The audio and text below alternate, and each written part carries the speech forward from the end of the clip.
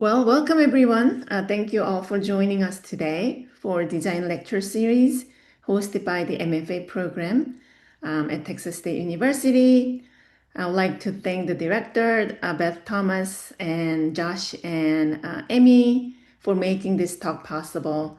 And of course, thank you all of you for being here. If you have a questions and comment during the lectures, please leave them on chat. There will be question and answer at the end of the talk. And I'm Mi-Hyun Kim. I'm Associate Professor of Communication Design here.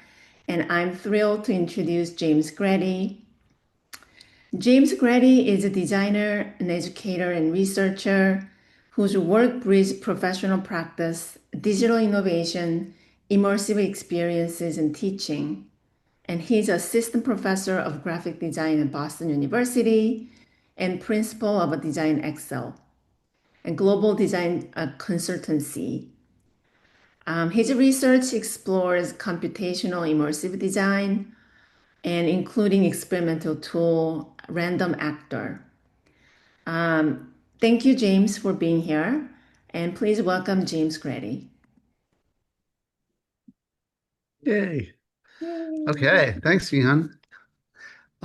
Thanks, everyone. Nice to see you all. As Mihan said, I'm James Grady. You can call me James, and I'm looking forward to giving this talk, and more importantly, getting to see your work and talk to you after this. So please, write any questions down, put them in the chat. I'm really very open and transparent, and I'm happy to help and answer your questions. I am on spring break right now, sort of. I've been working all week, and I'm excited to share some very, very recent work with you, as well as my research and my professional practice and some about my teaching and things like that. So, but before I jump into that, I see my slide should work.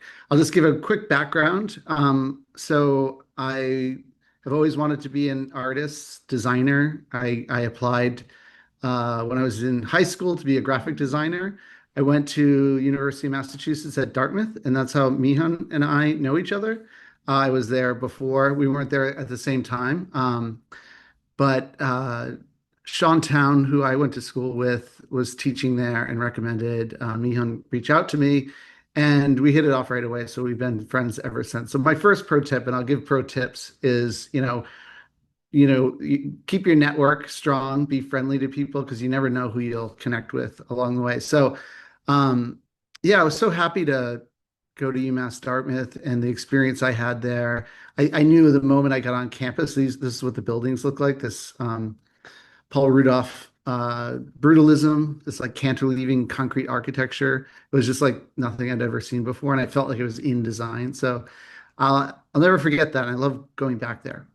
And then after I graduated a long time ago, 1999, I worked for a branding agency, multidisciplinary studio in Boston from 1999 to 2010 for these three amazing women in Boston. They've had the business for over 30 years now, and had an incredible experience there. Doing a lot of interactive work, a lot of print work, understanding branding, strategy, art direction, production, all of these things. And, just felt like it was a family. Never thought I would leave. I really loved it so much. But, times change, and I realized I needed to, one thing I always wanted to do was go back to grad school. I'm from Rhode Island originally. So Rhode Island School of Design, since I was a kid, was a place that I imagined myself. And it didn't work out for me for undergrad. It's a really expensive school. But after 11 years of working, I was able to sort of pay for this for my MFA. So I went to Rhode Island School of Design from 2010 to 2012. Had an amazing experience, and I'll show some work from that. And then after grad school, I worked at Fathom Information Design in Boston also. And it was started by Ben Fry. And so we did data visualization work and interactive projects, lots of digital media projects, but also print projects, very data intensive. And it was also a fantastic job. I feel like I've been very fortunate in my life. Um, but it wasn't quite enough. I started teaching while I was at Fathom. Ben Fry and I co-taught an information design class at MIT, and I taught adjunct at BU, and I really felt like that was my calling. But I also loved the studio practice, so worked for a long time in industry, and so now where I'm at now is these sort of four areas of research. My professional practice, as Mihan said, I run a studio called Design Axl. So I'm the principal and I bring in designers and I bring in developers, photographers, illustrators, and I'll talk through that. Mihan also mentioned Random Actor as a research project, and that's what I've been working on all week, which is an immersive tool, a design tool that we've created for use in the theater and other applications. I also teach a product innovation course in the Center for Data Science, BU Spark. And I'll talk a little bit through my teaching, and a lot of that comes out of my MFA thesis from Rhode Island School of Design. And I also thought it would be helpful. Uh, I do a lot of interviews. The interview season is over for MFA candidates, but I interviewed probably 30 plus candidates for that applied to the MFA at BU. And so I thought I would frame this talk around some of the questions I kept hearing over and over, and maybe some questions that you've had or have. Um, so some of the questions, and I'll outline some of these, but were, why pursue an MFA right now? What does graduate school actually give you? And what might the future of design look like in the next decade? These are really big questions, especially at the moment when design tools, AI, systems, and technologies are evolving so quickly. So I thought instead of, I just thought it would be a good way to frame this talk around these questions. And in particular, I want to talk about how design education, professional practice, and new technologies intersect, and how those things influence the way I structure the classroom. So one of the questions I got that I thought was really helpful to sort of kick things off was, how do projects from your classes translate into real world design work? And I think the better way to answer it is it's more relational than it is transactional. I don't think that I'm trying to equip students to go right into the production of graphic design necessarily, but really think about a process. And I think about it on this spectrum. So I titled the talk about the design spectrum. So one way I like to think about it is I don't see the classroom and the client work really as like not connected. I think they're really connected on this spectrum. So on one hand, on the left-hand side, you have this pragmatic client work, budget, timelines, stakeholders, a lot of things we think about in terms of the business of graphic design, design in general. And then on the other side of the spectrum is this experimental, emerging tools and research areas, allowing yourself to take risks, going into the unknown, allowing yourself to be really creative. But the two of those things really oscillate across this spectrum. And I think that's really important thing to consider. And it's not just to get a job, next year, and it's not about to satisfy your instructor sometimes. It's really like, what are you trying to find and uncover about yourself? And I think that's really important to think about on this journey. So I'm going to shuffle the research areas a little bit and jump right into the immersive experiences because I'm so excited about that and what I've been doing this week and things that I literally just got out of the School of Theater in a light lab rehearsing. So another question I get also that ties into this is, how does interdisciplinary collaboration happen in your classes? So I talk a lot about that, and I think collaboration is really critical in design. But talking about it and actually doing it are two different things, and it can be difficult, but it's really important to collaborate with designers, with clients, whoever it might be. So keep that in mind. Like really figure out a way to work together because that's also going to help, continue build your bridge into your career.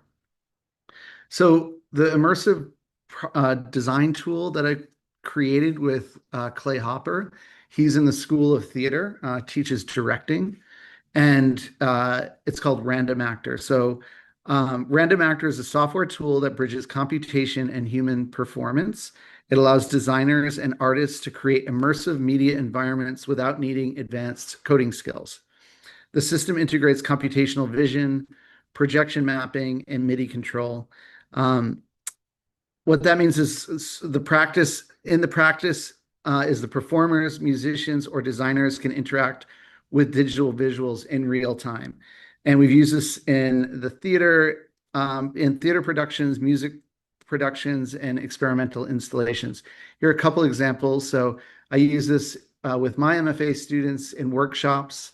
And on the left, you can see typography as a particle system. In the middle is dance performance. And on the right is a full-scale production with the School of Theater. And currently, we're working on 3 projects. So in the fall, we worked on a project that was a full production. And now we're working on an event for Harvard for their innovation lab. So they're going to be showcasing this. So we're going to do a performance and also interaction on a large screen. And one thing, and I'll walk through this a little bit more, there's the generative visual design, and we're also incorporating this AI component that responds to the movement of the performers. Uh, I have a couple clips. This is just from yesterday of a dancer reacting to the motion of Random Actor and the AI imagery that you can see. Nihan, it's coming through on video. Okay. Okay, awesome. Yes. So that's us it's called the Light Lab in the School of Theater. So we have 3 dancers, a choreographer, Clay's on the right, my director partner, and I have a MFA graphic design student also helping with this project.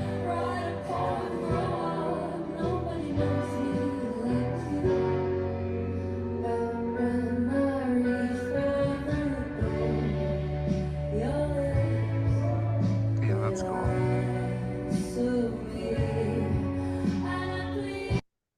So yesterday is the first time we really saw this even happen. It really felt like an emergence of something new happening where we've been working with Random Actor in the motion tracking and the generative design, and now adding this AI element is creating something new, and it's this like beautiful discovery that comes through this research project. Um, so I look at this as really an iterative process where the human being the dancer, the human being the designer is working with this system. So there's a designer working with the system in real time. There's a performer performing, and then the designer's working with the system, the dancer's working with the system, and then this emergence really comes out of it. So this new form. And I think it just takes a deep, open-minded experience to get to places like this. And I feel like those things really build off of each other. We've been working on this for 8 years now, and each time we're working in it, something new happens.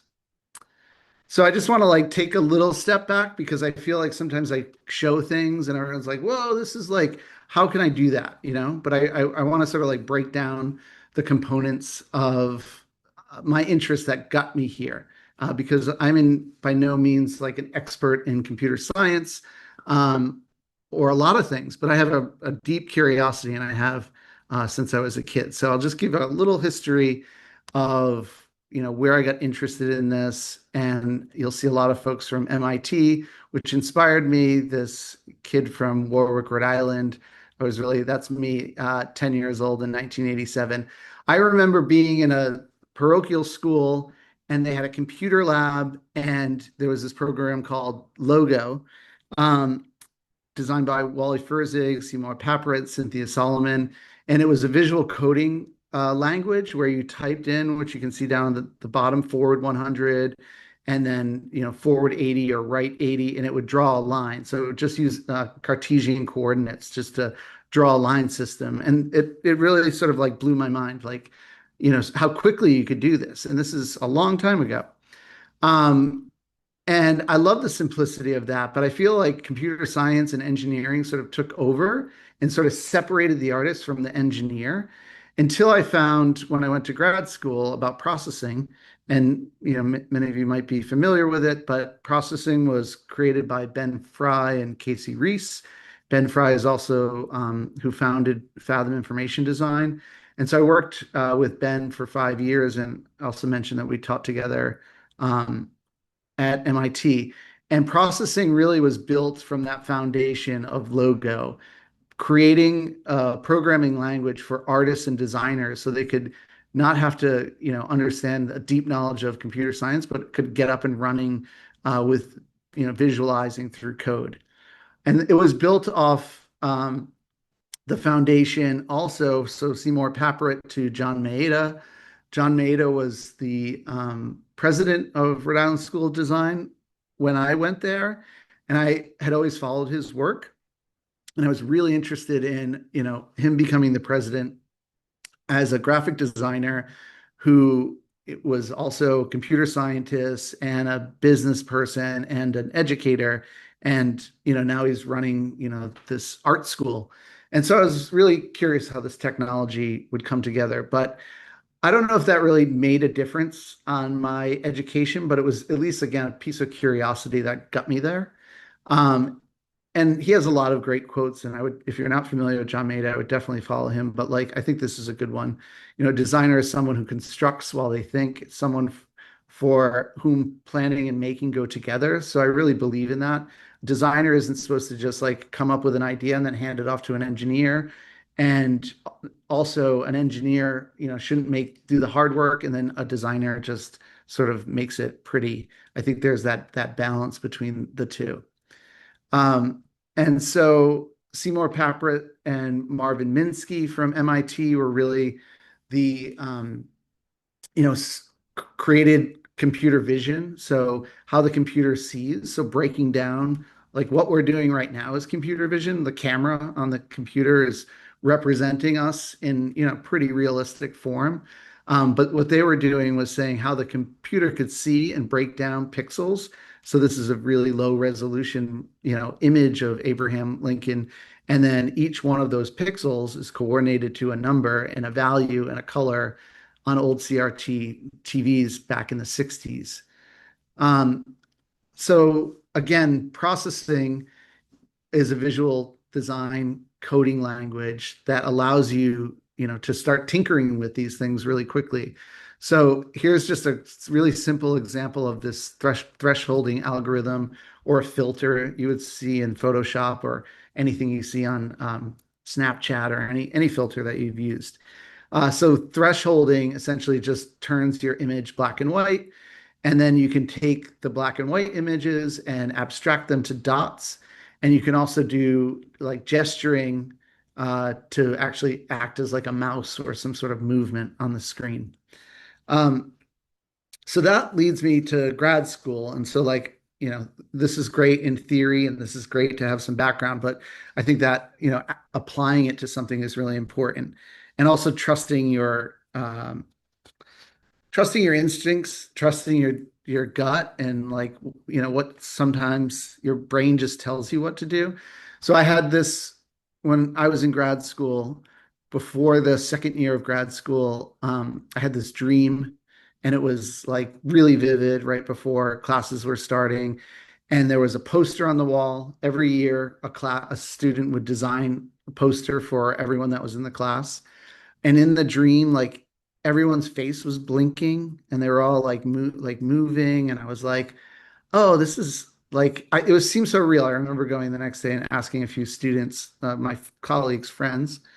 I was like, was that a dream or did that really happen? You get so busy and like it's like tough to separate uh, the conscious from the subconscious. So anyway, I'm like, I don't know how to make an interactive moving poster. I was really thinking of it as like a printed piece and like it was e-ink, but I knew I could like the first thing I thought I would do is um, just photograph people blinking. So without taking video, just I set up a really simple algorithm of everyone in the studio, and we had a lot more. You'll see the poster. And I just had them, I set up really simple lights in the studio and a stool. And I said, just come by for 5 minutes. I'm going to take 4 pictures of you, eyes closed, open. And I'm going to create this poster. So I generated this poster, 4 photos from everyone in the class. It was an interesting sort of visualization of people. It was fun. I made it all in black and white, but this wasn't really enough. So I investigated more, and I had been familiar with processing at this point. And I said, well, first I made a website, and when you hovered over the faces, they would blink. So it was essentially just a really simple GIF animation, and it was fun and playful, and everyone, could see themselves in it. But I still wanted to make this wall, like interactive wall that was blinking. So with computer vision and that thresholding algorithm, I used a web camera. The web camera picked up. I don't have the diagram here, but essentially there's a web camera on the ceiling. When you walked into the space, it would trigger the computer that was with the projector, and the projector would make the faces blink. So I'll show a quick version of this interactive experience.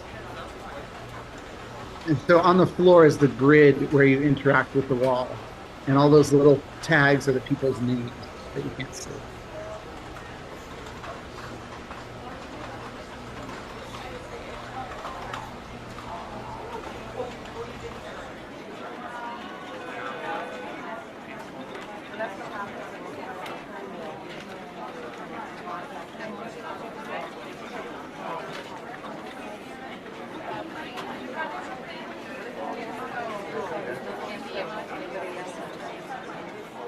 So that was a really fun project from quite a while ago now, and I did a number of other interactive computer vision like projects, and then I was in a meeting when I first started teaching at BU at the dean's office with other faculty. We were talking about work that we do, and Clay Hopper had mentioned wanting to do an immersive play with interactivity.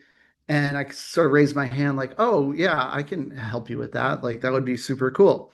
So met Clay back in 2018. We've been working together ever since. That's Clay there next to me. And we started on a play that he was doing of 1984. And there was just one scene in the play that had interactivity where people were looking at their phones, and then they were basically gesturing to send information from one to another. And it was all projection, but that was the interactive component. And that was really the proof of concept. And then, we've been working for years. So I said I work with Spark in the Center for Data Science. We've had lots of students collaborate with this.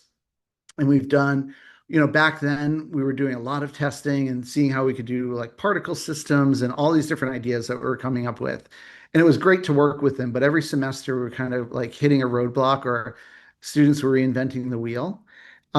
So we realized we needed to bring someone in to really focus on this, because I'm, working, like teaching full time, working on Design Axl, trying to help with this, and have 2 kids of my own. So again, collaboration is really important, and we wanted to create a tool, like I said at the beginning, that doesn't need coding. So we wanted to build something really simple. So we brought in Paolo Scopola from Rome, Italy, to help us harden up the code that we had and build out this project.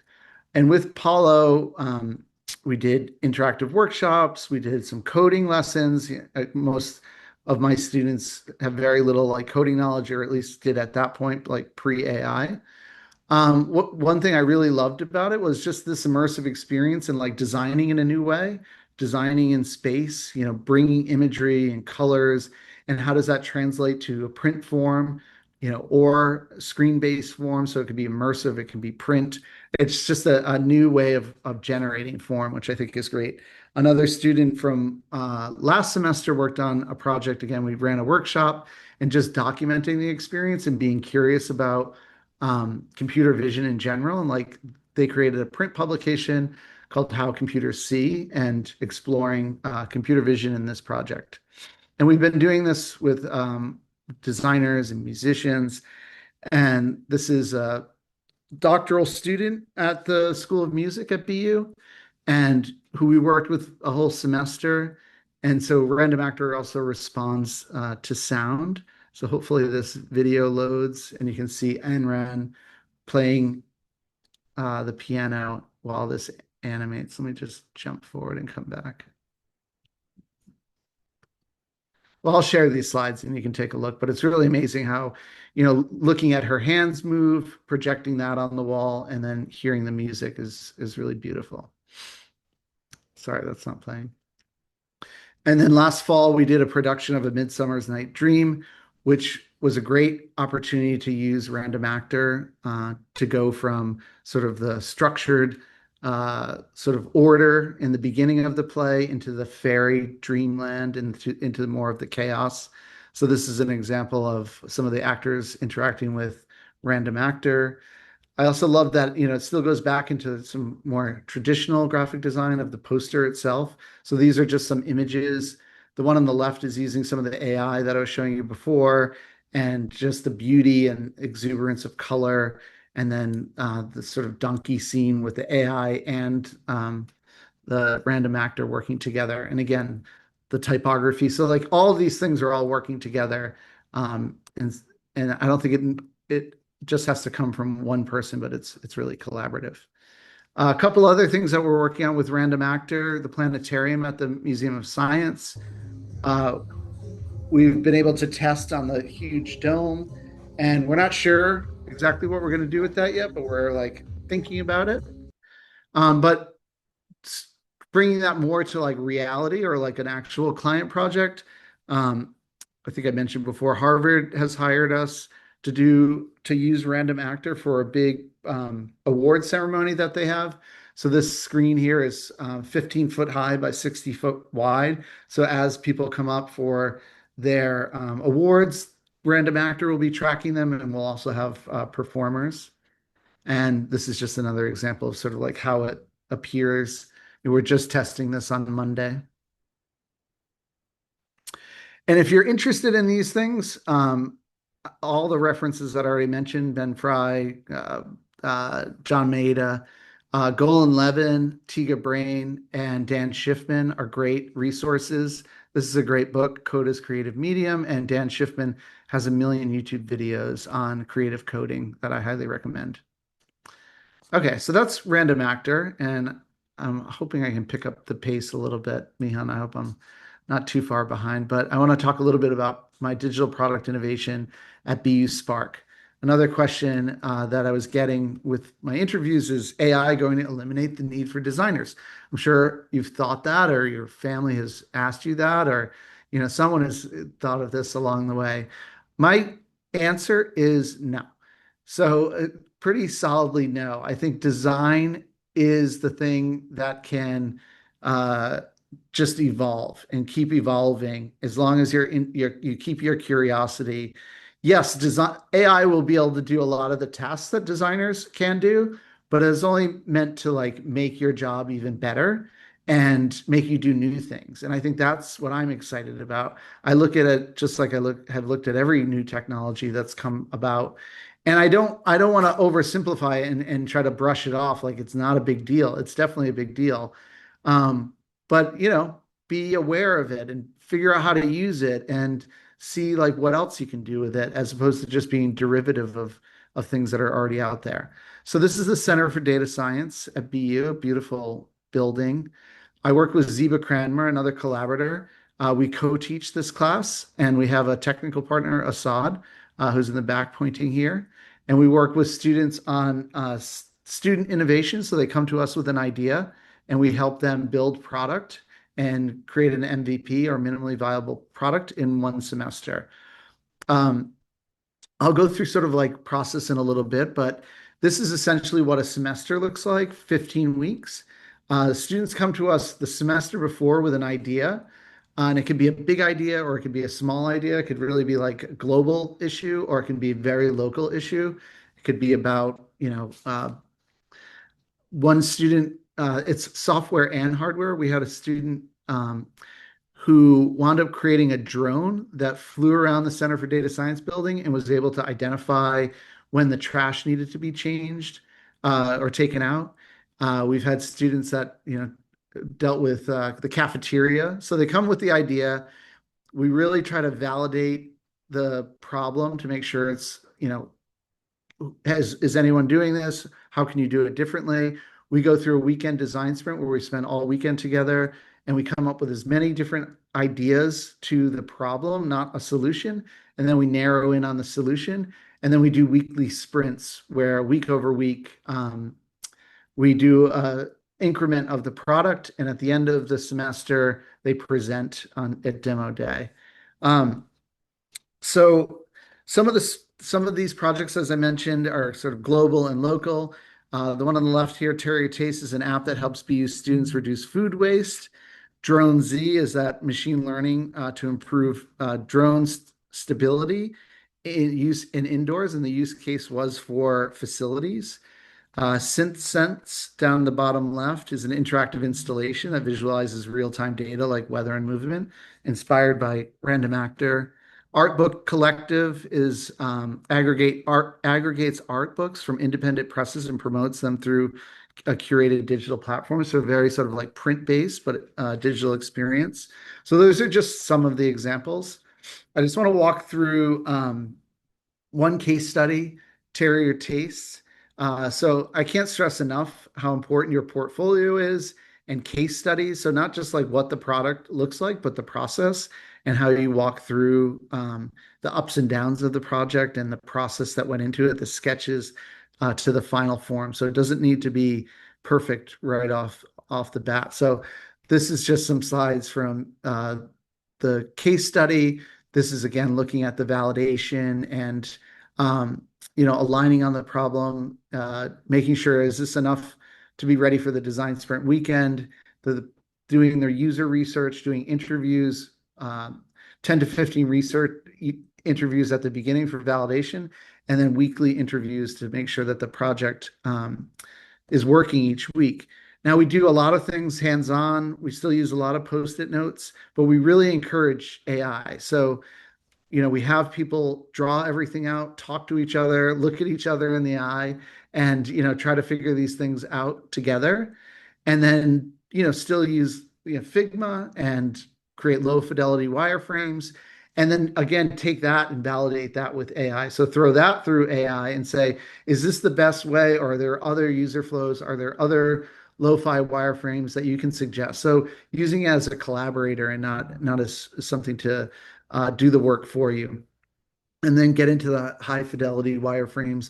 Again, this is where it's really important to understand typography, information design, color theory, all these sort of core graphic design needs. And then getting that validated through AI, and then choosing to push off on that or ignore it. And then at the end of the semester,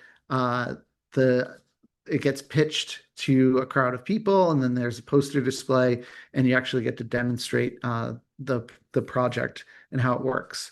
And there are awards, which is always great, and there's a poster. But I want to show this because this is one metric of success. And another metric of success is Mina, who's a graphic design student of mine, who took the Spark class and is now an interactive designer at the New York Times. So I love to see sort of like how these things translate. And it's not always a straight line, but love to see the success. And I'm just going to show this one other quick case study from another designer of mine who took the Spark course. This is for an AI platform for mental health and other health needs. They created their own AI and went through this whole process. But this is a really beautiful case study, and the care and attention that went into the design of showcasing from that validation to the lo-fi wireframes to the questions that they were asking design decisions, iteration, logo sketches. These are the things that stand out to me when I'm looking to hire designers, like how much thought went into these case studies. And another reference for this, I got this book recently, and I think it's really great because it's not just about designing apps. It's about a lot of the things that I'm talking about, designing interfaces or experiences, or thinking about it as print. All these things can be, doesn't just have to be an app on your phone. And honestly, if you can design something that's not an app on the phone, that's where I would rather be anyway than heads down on displays. Um, the next area I want to talk about is my professional practice. So alongside teaching, I run a design studio called Design Axl. And another question from an MFA student is, how does your work as a professor influence the work with real clients? And again, I think that the teaching influences the client work, and the client work really influences the teaching. I also put that on a spectrum. So most of our work falls into these three categories: digital platforms, web experiences, and brand identity. So I do a lot of digital work for sure. But I'm always looking for, like, who's the audience? What's the context of use? How can we make it unique? How can we bring in other ways to generate form through illustration, animation, sophisticated typography? Really scrutinize these things. But as I mentioned, regardless of the project, the principles that really guide this are audience, context, and craft. So I really try to think about who the audience is, what the context of use is, whether it's a phone, an app, a website, beverage packaging. And many of my designers are former students, so that's great. I've been able to hire a lot of students and help transition them into other careers as like a stepping stone. I don't have it. It's, essentially at the end of the day, it's me, and I bring in designers and developers I mentioned from the beginning. So, it's not usually a long-term, hiring that students have, but I'm really like continuing to mentor them and get them to their next career. I use this process diagram in my classroom as well as with my clients of discovery, coming up with as many ideas as possible, mood boarding, and then diverging, discovery, like researching the project, diverging, mood boards, type image research, and then converging or designing, or like really thinking about, like, okay, how is this going to be built? How is it going to be printed? How is it going to be developed? And then the delivery and the documentation. So case studies or like a lecture like this, like all these things are the same to me. So I just want to show a couple examples of client work. This is for a real estate, a class one real estate company. So they do like really high-end health labs and science pharma type area. So similar to what we do with Spark, we do value proposition, interviews, personas, competitive analysis, information architecture, wireframes, and build a design system. And so we did that, for this client, and essentially they have 100,000 employees around the country. And so they're all connected on this app. So we built an entire design system that works on web and mobile, and had to build out their grid structure, type system, their colors, all these things that go into the design system. And again, like every detail matters, right? Every sort of button state, every image development, iconography, typography. Another client that I've been working with since 2019, I do a lot of work with venture capital. And I had never done any work in the venture capital space, but a different real estate company, marketing person there recommended, or was friends with this person at this venture capital. So they called me, and in 2019, I started working with NextView, and I'm on the third iteration of their website. So every few years, they've been updating their website, and I've been able to work with friends that I had for a long time who are also illustrators, and go through this iterative process and also animation with them. So I art direct them and work with them to create different illustrations and animation. I also teach motion graphics. So animation and motion graphics is really important to me. This was the 2.0 version, more of the sort of Gen Z styling. So some of the iconography we built in the first round became, some of the illustration became iconography and animations for the second round. And then now we're in the third round with NextView. And they said from the beginning, we want to look more grown up. It's like we've evolved as a company. So we went with a much more sophisticated palette. I commissioned an illustrator, Dana Smith.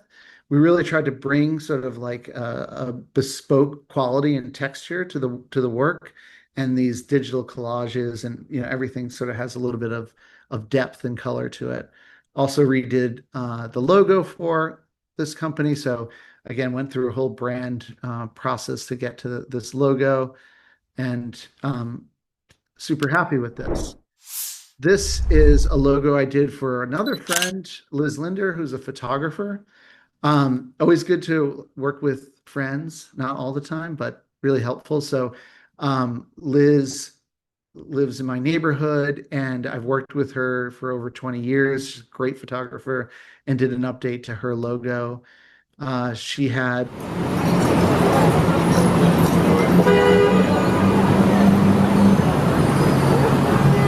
a little loud there, but always fun to have a billboard in Times Square. I hope this isn't too loud. I turned it down on me.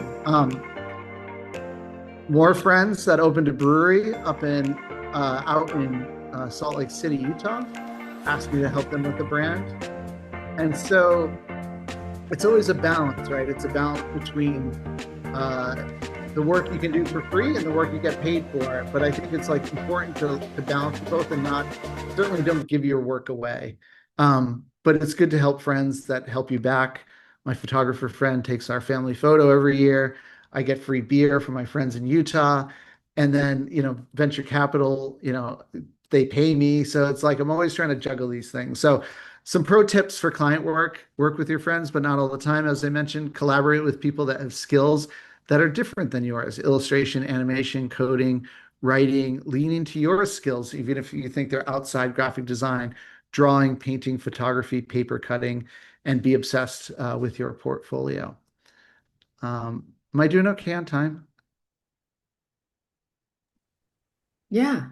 I have like one more section. Okay. Yeah, sure. Go ahead. Okay, cool. And then, so I'll just show a little bit more of the teaching. And the last question here is, what does the design process look like in your classroom? So again, this process diagram of discovery, diverging, designing, and delivering is something I show on day one of my studios. And I'll just show a quick case study of that. So there's so in the discovery phase, this is sort of crosses a bunch of different projects, so I won't go specifically into one, but I'll just talk about content research. So this is for a project that's called Impact and Empathy. So I give them a couple. Oh, sorry. Is there a chat? Okay, cool. Sorry. I give them certain restraints or prompts and say, look at this design studio that does a lot of nonprofit work: Hyperact, Pentagram, IDEO, all these people that are working with nonprofits. Pick one of their projects as a starting point and design something new. It's not necessarily just a redesign, but really expanding on that. Think about the audience, and for the audience for this project was Gen Z. I was like, the audiences of people of your age. So like, take a deep dive into that and put all of that into your mood boarding.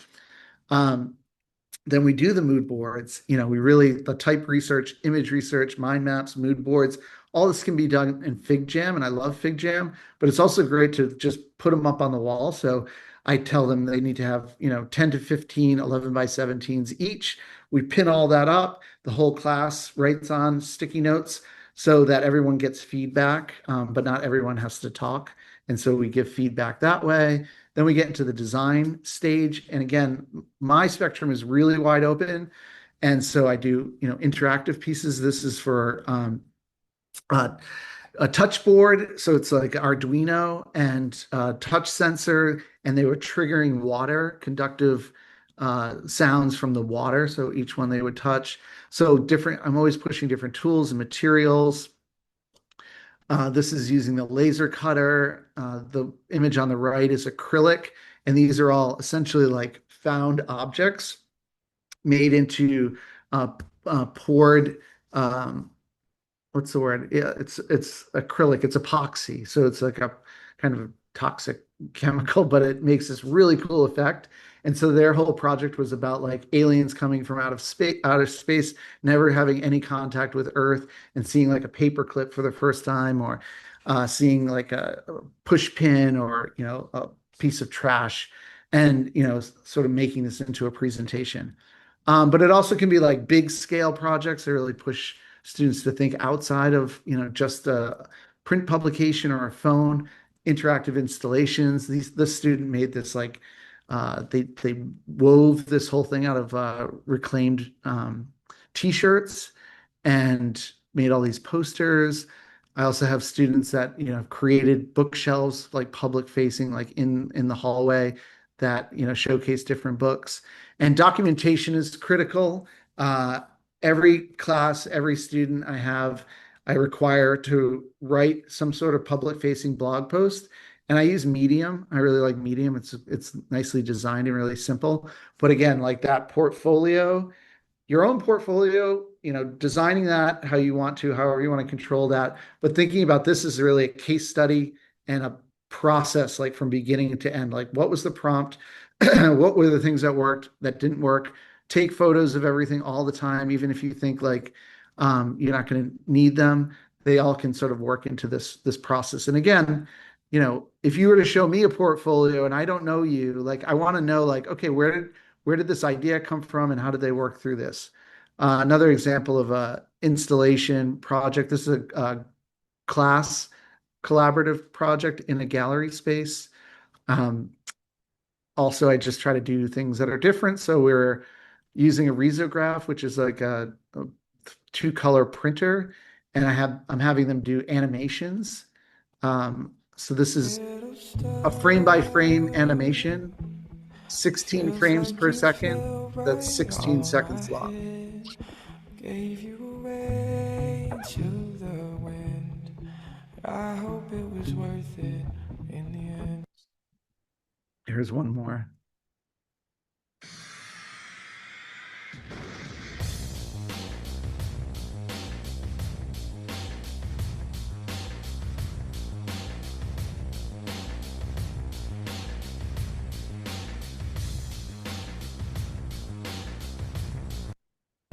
So these are the frames. So you can see they're frame by frame. It's a different way of thinking about design. And I think that's really important to like slow down. There's really not one way to design. These went into that gallery show. So those printed components, those animated components. So, sort of working back and forth from this. And this will be the last project I show. It's called AI and U double ampersand for Boolean logics, meaning that AI and U both need to be true in order for this project to be true. So again, encouraging students to use AI, but also use handcrafted material and see how they can inspire one another for this project. Every first class, I have students fill out a questionnaire, so they handwrite their answers in here, and then I ask them to feed that into ChatGPT or some other LLM. And how do they push this further and essentially have an interview with themselves, thinking about like what other artists and designers can they recommend based on what their interests are. Are there other, I think this is always a good question, like, are there any other artists and designers from my hometown? I'm not looking for famous artists. I'm looking for like people that connect with you. And sometimes like, on the like just the local level, like who's the connection points, and how can I learn more about them? Same process, we do a mood boarding exercise, but for this, I had them do 10 AI images and 10 totally handcrafted images, and we put them side by side. So you can see some of the AI imagery, and then these are all hand collage in the middle. There was some, amazing sort of serendipity that was happening between these two from the handcrafted image on the left, where a student was actually sewing paper. They used the same keywords that they used to generate the handcrafted into the AI, and the color and the texture I thought was really uncanny. This student wound up using that risograph printer to create this print publication. So it was like yet again another iteration of taking the imagery, translating it into 2 to 4 colors, using different paper size, and then so it was really hard to tell what was AI and what was handcrafted. Again, this was a print publication, so they used French folding. So I think just like a really beautiful sense, like this could be a ball of yarn that they used in their initial, or it could be an AI generated image. And I think the beauty of that is that we don't know. So sort of closing advice. This is also a slide that I show all my classes, or at least my studio classes, to think about that those core principles really revolve around audience, context, and craft, to be curious about content and form, to be fearless of technology and tools, to be multimodal, try things that are print, digital, analog, immersive, be collaborative, be empathetic, but also critical, and critical, but also empathetic. Understand that we all have our own individual lived experience, and we want to push each other, but like there's really not a lot of like right answers in the world. You just have to find your path. Be prolific, make a lot, be experimental, but also be practical. So think about that spectrum. And then finally, my final thoughts is don't spend too much time trying to define graphic design too narrowly. The field is constantly evolving. Design today intersects with technology, storytelling, research, and systems thinking. Take advantage of the freedom you have while you're in school. And graduate school is one of the few times where experimentation is expected. Try new tools, new mediums, new ideas. Collaborate with the people around you. Some of the most important work in design happens through collaboration across disciplines. Take every project seriously. And I always say this is not just for graphic design, but I've had a lot of really bad jobs in my life, but I always did them like the best that I could. My grandfather was a janitor, and I cleaned like the banks as the best I could.